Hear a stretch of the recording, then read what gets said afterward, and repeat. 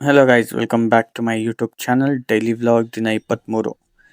ಎದ್ದು ಕಂಡುಬಿಟ್ಟಿದ ತಕ್ಷಣ ಮೊಟ್ಟೆ ತಿನ್ಕೊಂಡು ನಾನು ಹೊರಟೆ ಇಲ್ಲಿಗೆ BTM.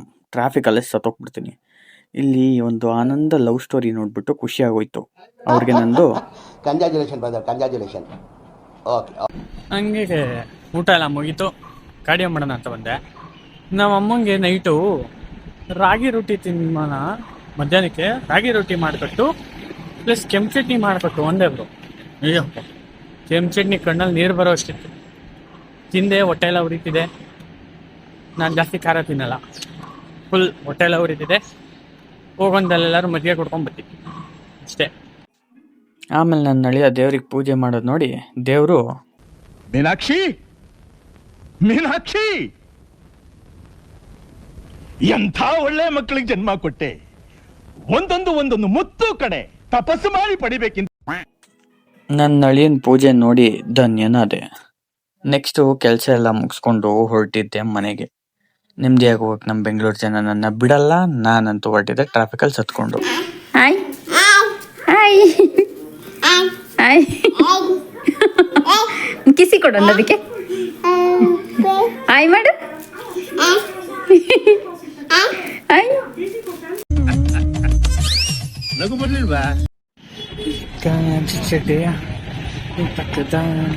ಕಲ್ಟ್ನಿ ಹೋಗಿ ನಮ್ಮ ಅದು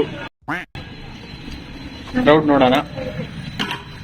ಸರಿ, ನಾನು ಇವತ್ತು ಜಿಮ್ಗೆ ಹೋಗಲ್ಲ ಅಂತ ಹೇಳ್ತೀನಿ ಅನ್ಕೊಂಡ್ರೆ ಬಾಯ್. ದೇವ್ರು ನಿನ್ಗೆ ಒಳ್ಳೇದು ಮಾಡ್ತದ, ನಿನ್ ಜನ್ಮಕ್ಕೆ ಹೋಗೋ.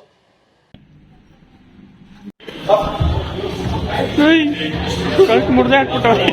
ನಮ್ ದೇಶ ರೀ, ನಾವು ಕಟ್ಟಿರೋ ದೇಶ ರೀ ಇದು.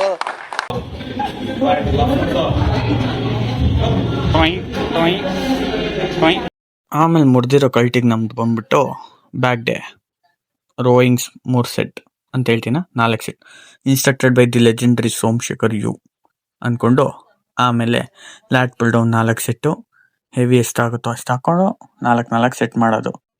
ಲ್ಯಾಟ್ ಪುಲ್ ಡೌನ್ ಮಾಡ್ಬೇಕಾದ್ರೆ ಒಂಥರ ಮಜಾ. ಆಮೇಲೆ ಸೀಟೆಡ್ ರೋಯಿಂಗ್ಸ್, ಇದು ಕೂಡ 3 ಸೆಟ್ಸ್ ಮುಗಿಸ್ಕೊ. ನೆಕ್ಸ್ಟ್ ಇದ್ದಿದ್ದೆ ನನಗೆ ಬೈಸೆಪ್ಸ್ಗೆ. ಇದನ್ನ ಮಾಡೋಷ್ಟಕ್ಕೆ ಜೀವನ ಬೇಜಾರಾಗೋಯ್ತು. ಪ್ರೀಚರ್ಕಲ್ ನಿಧಾನಕ್ಕೆ ಸ್ಟ್ರಾಂಗ್ ಆಗ್ತಾ ಇದೆ, ಬಟ್ ಶಾರ್ಟ್ ಹೆಡ್ಗಂತೂ ಒಳ್ಳೆ ಲೋಡ್ ಬೀಳ್ತಾ ಇದೆ. ಮುಗಿಸ್ಕೊಂಡ್ಬಿಟ್ಟು ಹ್ಯಾಮರ್ ಕಲ್ಸ್ ಬ್ರೋ. ಏನು ಮಾಡಿಲ್ಲ ಅಂದ್ರೆ ಇದೊಂದು ಮಾಡಿಬಿಡಿ, ಬಟ್ ಯಾಕೆಂದ್ರೆ ನಿಮ್ಮ ಬೈಸೆಪ್ಸ್ ವೈಡಾಗಿ ಕಾಣುತ್ತೆ. ಲಾಸ್ಟಲ್ಲಿ 7-7-7 ಮಾಡು ಅಂದ ನಮ್ಮ ಅಣ್ಣ. ಲೈಕ್ ಹಾಫ್ ರೆಪ್ 7, ನೆಕ್ಸ್ಟ್ ಹಾಫಿಂದ ಮೇಲೆ ಫುಲ್ 7, ಆಮೇಲೆ ಕಂಪ್ಲೀಟ್ ರೆಪ್ 7. ಇಷ್ಟು ಮಾಡೋ ಅಷ್ಟೊತ್ತಿಗೆ ನಿಮ್ಮ ಕೈಗಳು ಯಪ್ಪ ಅನ್ಸ್ಬಿಡ್ತು ಗುರು. 6 ಆಗುತ್ತೋ ಇಲ್ವೋ ಅಂತನೂ ಗೊತ್ತಾಗಿಲ್ಲ. ಹಿಂಗಾಡ್ಕೊಂಡು ಕಷ್ಟಪಟ್ಟು 7 ಮಾಡಕ್ ನೋಡ್ದೆ, ಎಷ್ಟದು ಅಂತ ಹೇಳ್ಸಿಲ್ಲ. 6 ಅನ್ಸುತ್ತೆ ನನ್ನ ಪ್ರಕಾರ.